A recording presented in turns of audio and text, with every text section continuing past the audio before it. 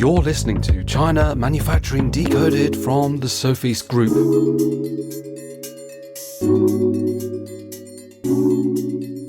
Hello and welcome to another episode of the China Manufacturing Decoded show. This is Renaud Anjoran. I'll be your host, and I'll be asking some tough questions to my guest today about how to sell products in the UK versus the EU from a regulatory compliance point of view. So I'll be speaking with Fredrik Grönkvist from Compliance Gate. Fredrik has been on the show several times, so regular listeners will recognize his voice, I guess. And he is a compliance expert that we often ask questions and we often, refer to our customers. Okay, so Fredrik, thanks for being on the show. Do you want to give a quick introduction about Compliance Gate? Thank you for inviting me again, Renaud.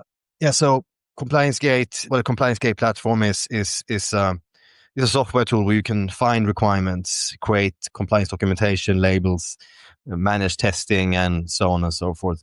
Essentially going from A to Z, almost at least, in terms of practical compliance for the EU and the US also. Lately, meaning now in 2025, we also cover the UK. So we've done a lot of research, me and the team here in Hong Kong, and those are the findings. What we have learned about the current state of affairs when it comes to compliance in the UK is what I would share in this. Yeah, great. Yeah, so that's exactly the topic. I think a lot of people have in mind, like, okay, setting into the EU is one thing, and there's a lot of the legislation, not everything, but a lot of the compliance requirements are the same. But then when it goes to UK, it's kind of diverging. So let's take it back, going back to history, right? So the UK joined the European Community, European Union, has been in the EU for decades.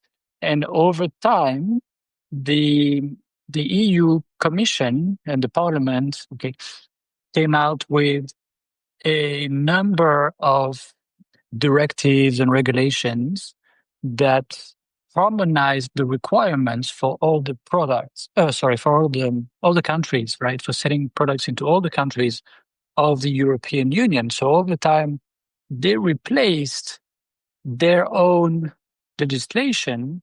Either there was UK-wide legislation, they also have non-harmonized legislation like food contact, right? Like some is England, some is Scotland, etc. is still different. But they replaced a lot of their legislation with that EU harmonized legislation over time, right? And then 2016, Brexit, right? So there's been a sort of a transition that's been a bit messy, right? Let's say from 2016 to maybe 2022, 2023, like things were very, very messy. The government say, we're going to do certain things. We're going to scrap a bunch of European legislation. And then finally it's like, actually we cannot do that because what do we do? How to replace it, et cetera, et cetera, et cetera. Very complicated, a lot of headaches, right? What have you seen that? Have you seen more clarity basically come up more recently? Well, yes, I think otherwise we will not be able to record this episode, and we will not have added the UK modules to the platform. But I think to understand its clarity, I can't just jump straight to 2025. We need to look at the development of the last decade.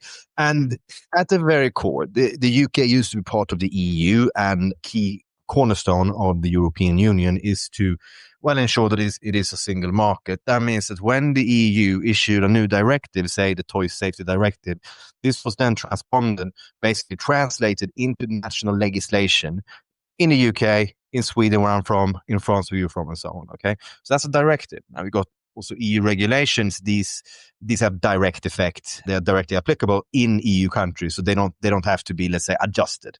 Okay, that's a difference.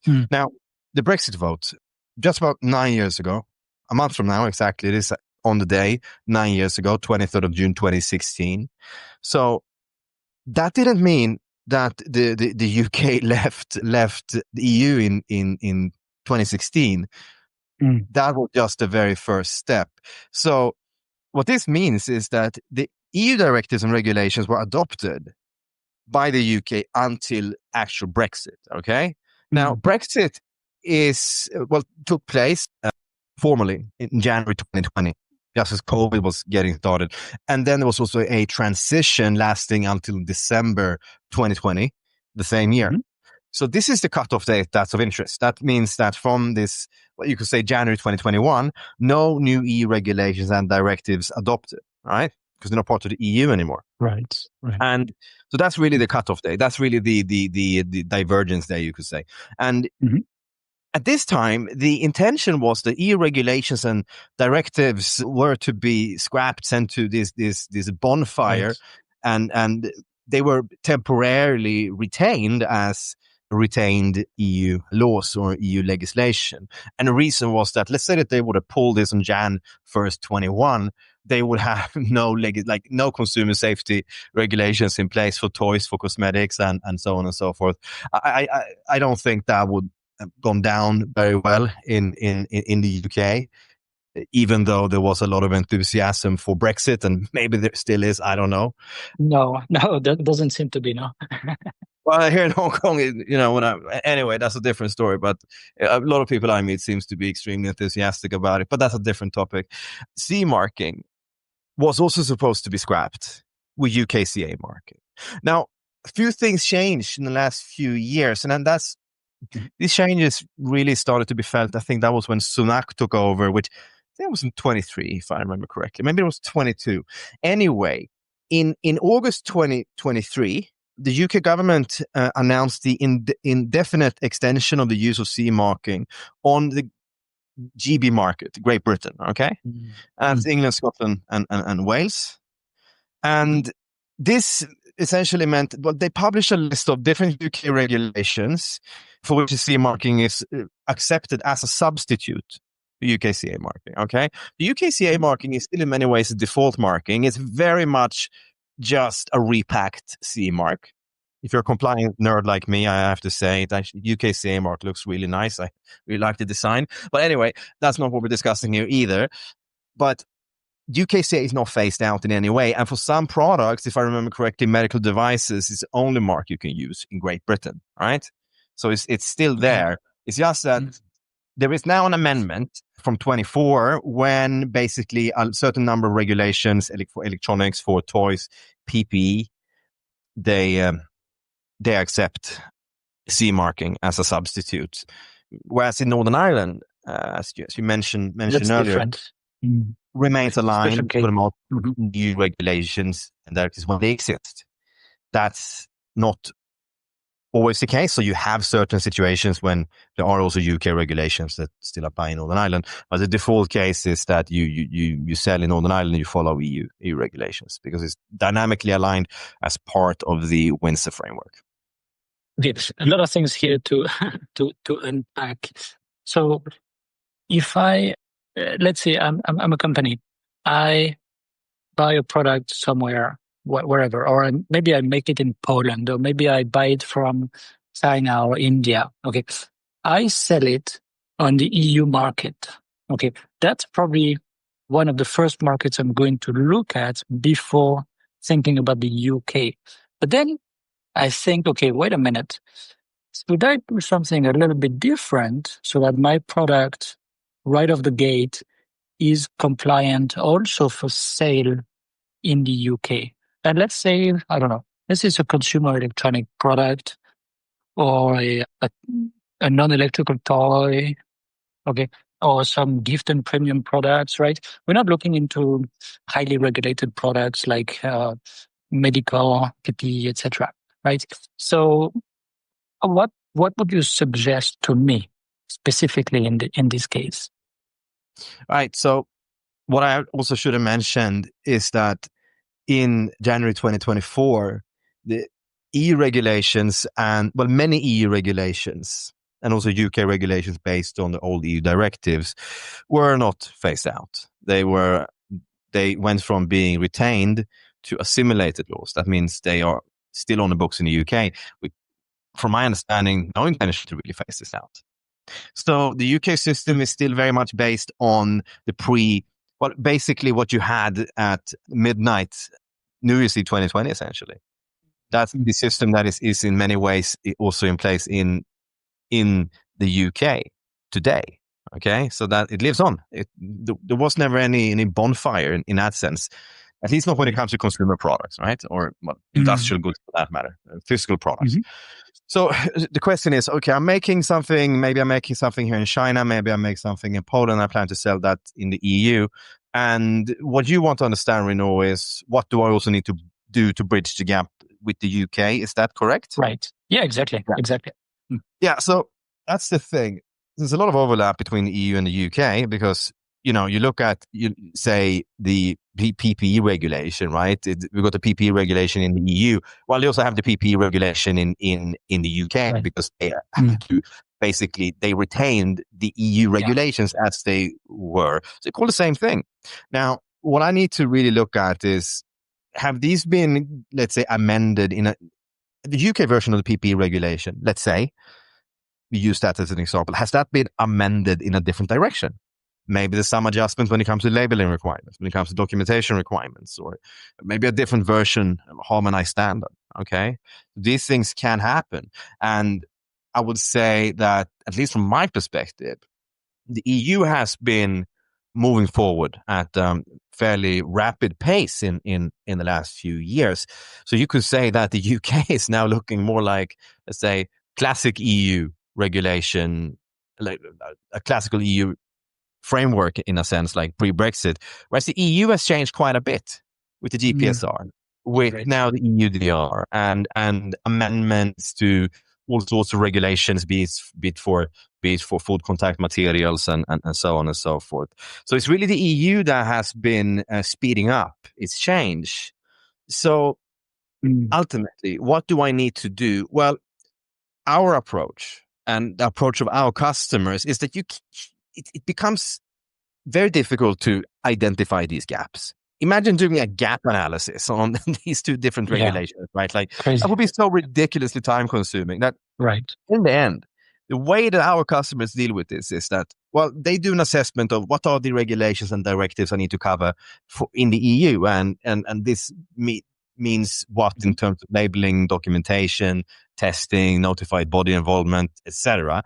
And then they go through that procedure. And then they do the same thing with the UK, and they see, okay, what are the requirements in terms of labeling, in terms of standards, in terms of testing, in terms of declaration of conformity, technical documentation, user instructions, etc. It's really the same, let's say, it's really the same breakdown as you have for the EU. And then you get to work. Now, what happens at this stage is that you may find that, okay, I can use the same test reports. That's good. Okay, I can still use the CE mark. Well, that's good. Labeling requirements. Well, all right, it seems like we already cover everything. And maybe yeah. So, you may find at that stage, at the implementation stage, that, well, we didn't really have to do anything. It's just that I can't sit here in this podcast and say that, oh yeah, you can probably just follow the EU legislation. We don't know what that's going to look like in 2 years or 5 years or 15 years, right? And it really depends on the product. There could definitely be inconsistencies. I don't have a complete copy of all EU and UK legislation in my mind.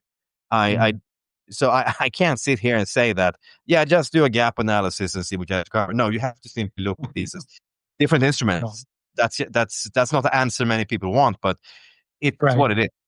Yeah, that doesn't sound very practical.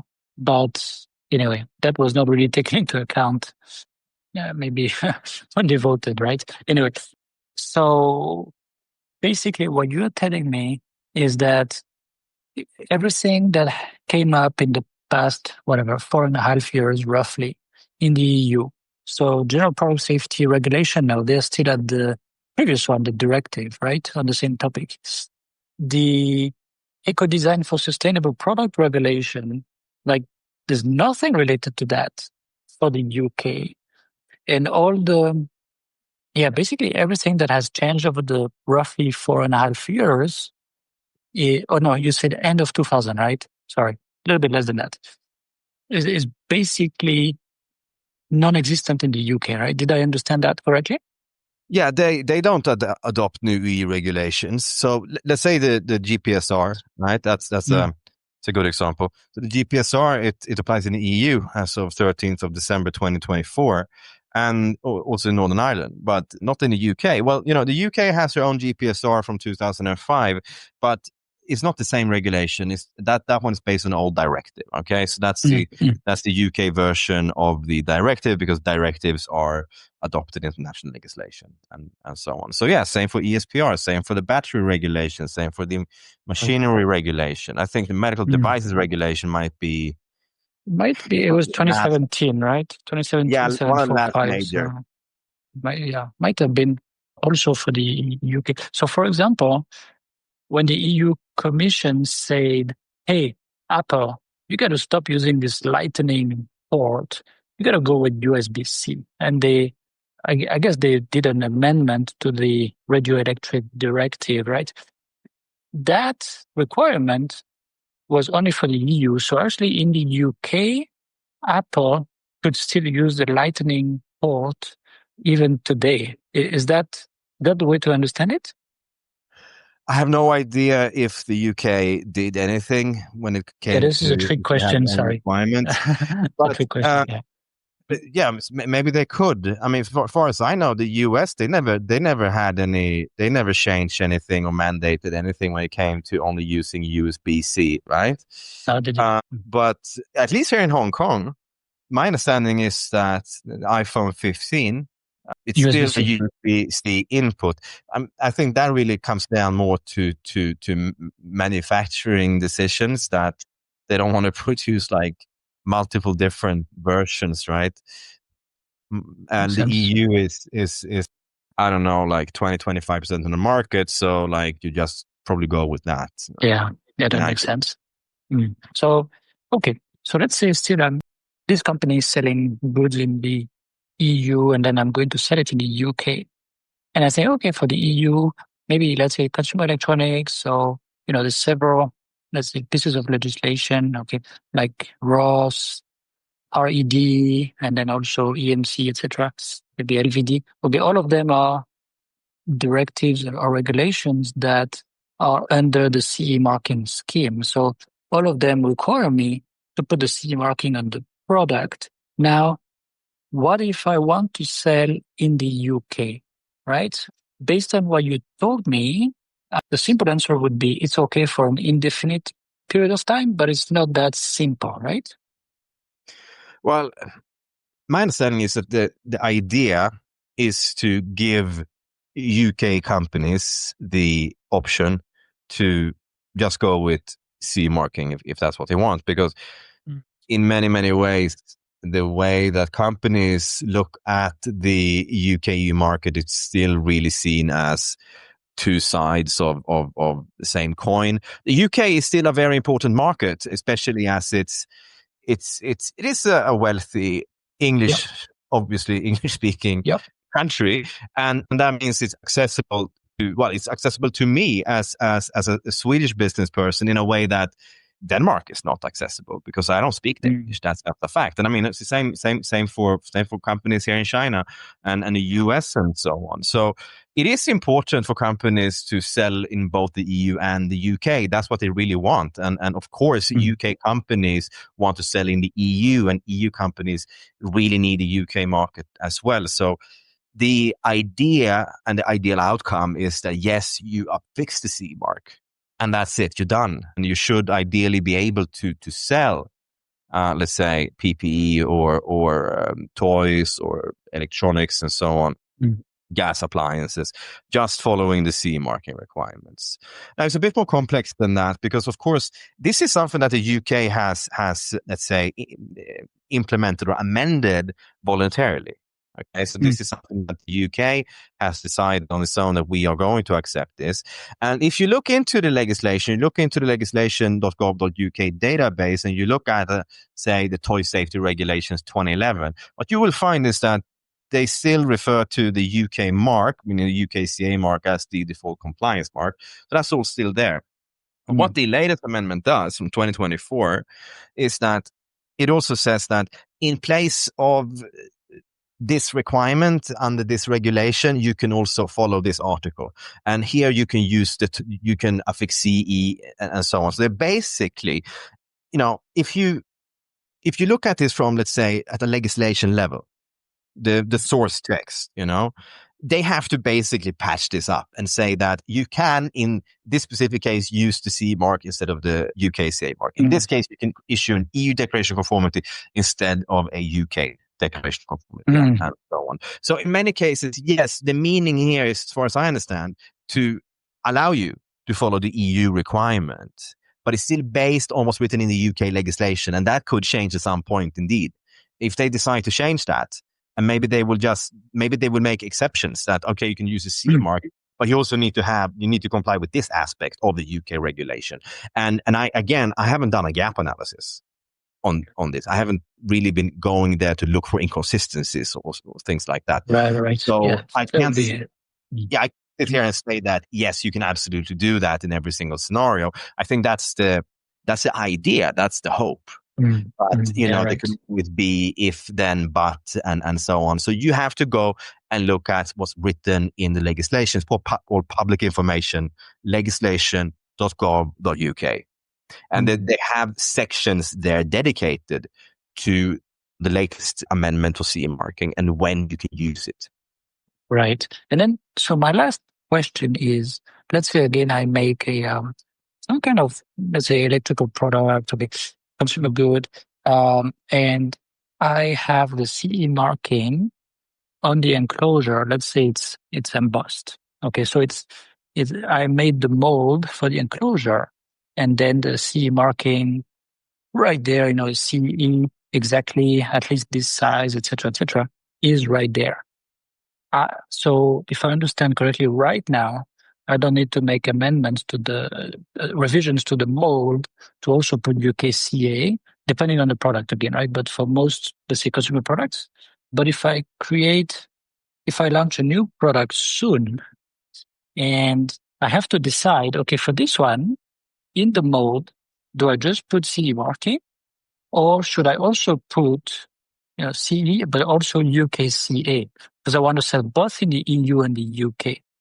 Would that make sense, just to kind of future-proof a little bit? That's a really, really good question. Maybe you just print them and you don't put them in the molds in the first place. But anyway, if you really have to, and that's a question that was been asked a few times lately, can we use both the UKCA and the CE mark?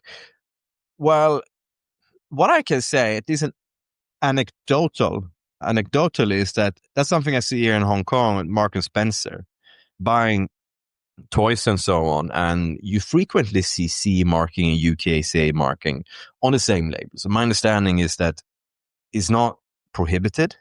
I don't think it's explicitly mentioned that, yes, you can use both. And I also think that when you have a company like Marks and Spencer affixing both CE and UKCA marking, that they probably quite prepared. I don't think they were just sitting around and waiting for decisions to come in 2023. I think companies like Marks and Spencer, they're probably following both compliance procedures in parallel, and on that basis, they could affix both either way. I would say that what I'm seeing with our customers is that they seem to focus on following either of the procedures. But again, that's just what I'm hearing from our customers. And yes, there is a risk, but I think it's unlikely. I mean, the CE mark is not going anywhere, so you will need a CE mark for the EU market at the very least. And I don't think the UKCA marking is going anywhere either. I don't think so. It's just that they're offering this flexibility now. So, but I still don't think there's a reason to rug pull again and cut this UKCA mark. I don't think that would make any sense. I think both would stay, but the implication could potentially be that you really need to deal with them as entirely separate regulatory procedures, conformity assessment procedures, and so on. Right. Yeah. So basically, back to my example, I would use some kind of insert, maybe okay, later I can have UKCA if needed, or I can just remove it more easily, or I'm just going to laser engrave it or do something like that. Yeah, makes sense. So there's quite a bit of, let's say, ambiguity, right? Maybe not confusion, but quite a bit of ambiguity. So it's not an easy topic. Thanks a lot, Fredrik. And maybe in 1 or 2 years we'll do an update. Maybe a lot of new development and clarifications will be available at that time. But this is already a pretty good overview. Pretty good, pretty helpful. Yeah. Thanks a lot, Fredrik. That I think is useful to a lot of listeners. Thank you. Thanks again for listening to this podcast brought to you by the Sofeast Group. We're on a mission to provide you with everything you need to manufacture effectively in Asia, including inspections, auditing, new product development support, contract manufacturing, 3PL warehousing and fulfillment, and much, much more across Asia's key manufacturing areas. Visit us at sofeast.com, that's SOFEAST.com,